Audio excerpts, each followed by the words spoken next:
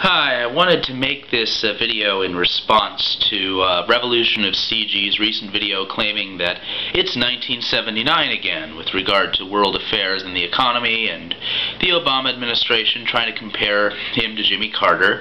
I'm not going to go into anything that has to do with foreign policy. I'm simply not an expert there, but I wanted to point out that when it comes to economics anyway, the comparison of 2009 to 1979 could not be more wrong than what he's arguing here.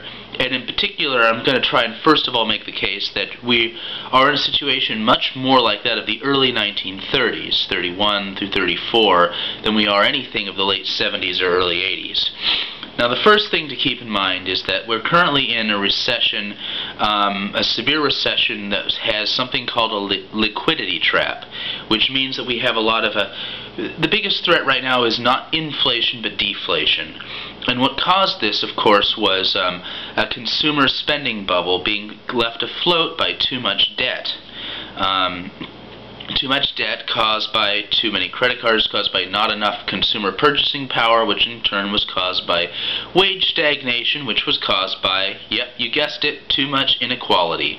Growth of incomes that was concentrated at the very top but didn't trickle down to the middle and working classes. Now, we had another period like that in the 1920s, a very unequal boom time. Even though some people got very rich and there was incredible gaining in labor productivity, the fruits of that labor didn't trickle down very well. However, there was a strong consumer boom in the 20s, which was fueled by, yes, a strong consumer debt bubble. When it burst, the economy came crashing down. It was a lot worse then, of course, because we had a much weaker banking system. We didn't have FDIC deposit insurance, etc., etc. And the Fed did a really poor job in that case because they didn't realize that the real money supply was being contracted by all these bank failures. But anyway, so the solution, the response to the Great Depression initially was Hoover's policies were to try and put money at the top in hopes that it would trickle down to the bottom. It didn't work. You had, they even tried tariffs to try and protect U.S. domestic industries. That didn't work.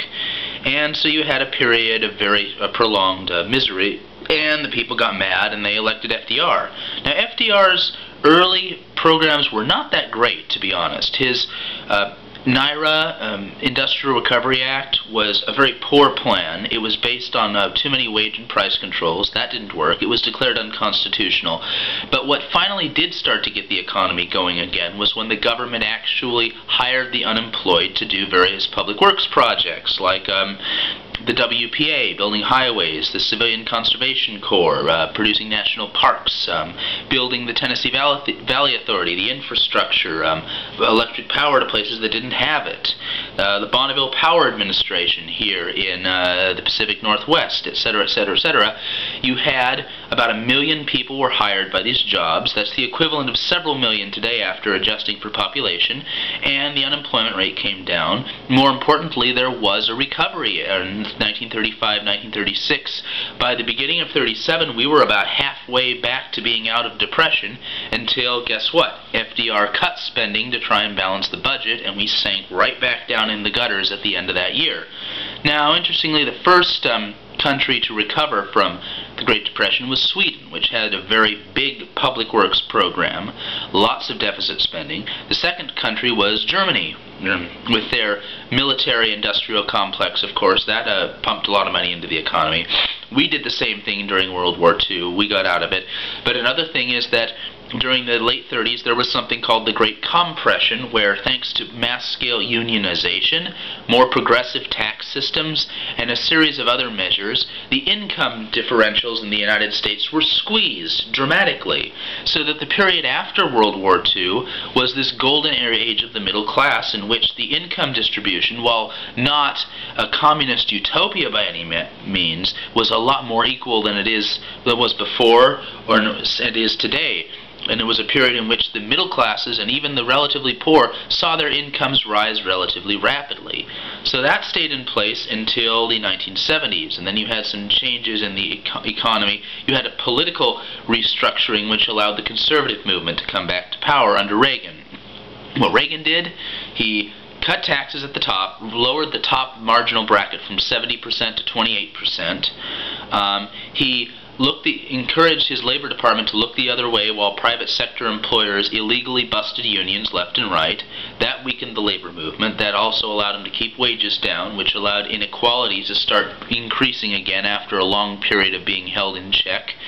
Deregulated finance, which allowed for much more speculation on Wall Street and housing bubbles, etc.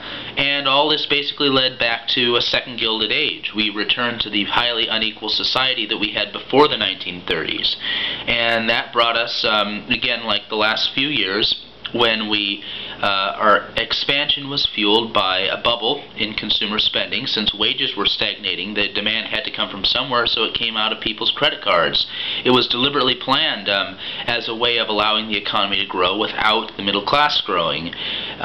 Created the illusion of prosperity for quite a few years, but eventually that system came undone and collapsed. So here we are now, the end result of 29 years of failed economic policy, and it doesn't have anything to do with Carter, it has everything to do with Reagan.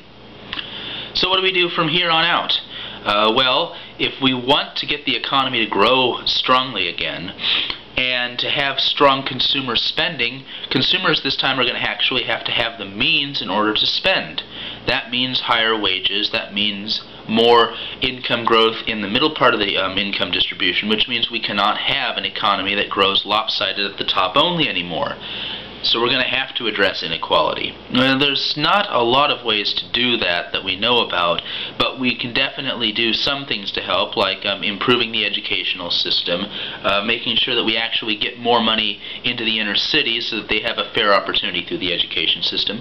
But for those of us who are already over the age of 20, it's too late for us to be reborn and go through a life in a better public education system. We need programs that will address inequality in the world of work and in the distribution of pay in corporations and such, which, yes, means a new labor union movement.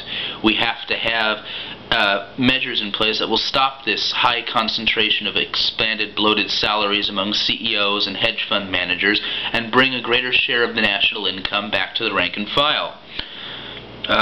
So there's a number of things like that. Financial re-regulation will eliminate some of the gross incentives that cause a few speculators to be overcompensated. But yeah, so basically most of the problems that we got into the last few years are the culmination of 30 years of conservative ideology, not liberal ideology.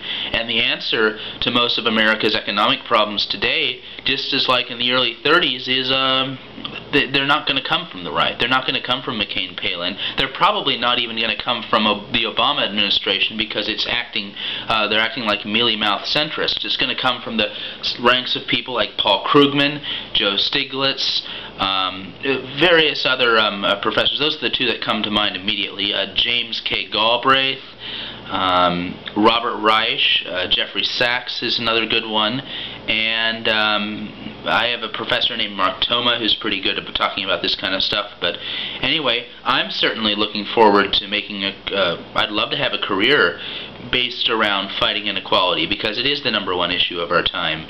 Anyway, this is, I'm sure conservatives out there who are watching this are going to have a lot to disagree on. Fine, if you can talk about it and explain why your alternate view really would work better than what I'm saying, and why Reagan is not to blame, or conservatism is not to blame for our current problems, and that liberal economics today is really going to cause things to get worse. Feel free to argue it. Just make sure that you're backing up your stuff with facts. Alright? This is Carl Bonner. I hope you enjoyed, and I will encourage you to check out my channel and subscribe and look at some of my other Bonneromics videos. Thanks.